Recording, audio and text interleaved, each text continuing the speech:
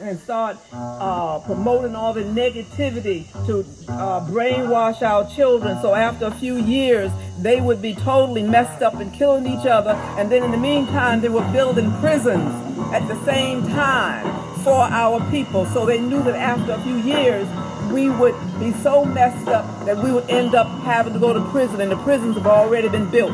Okay, this was a plan. It's time. It's time. It's time. It's time. It's time for us to come together and stop fighting one another. Like the four seasons complement one another. And with the sun and the moon, there is no fuss. The trees and the flowers complement each other, and one doesn't try to outdo another. Let's learn to love and respect each other no matter what texture of our hair or color.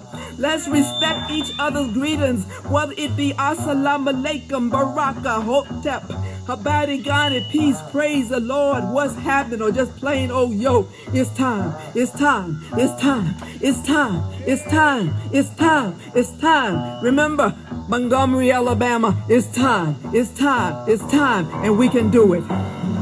Thank you. Thank you.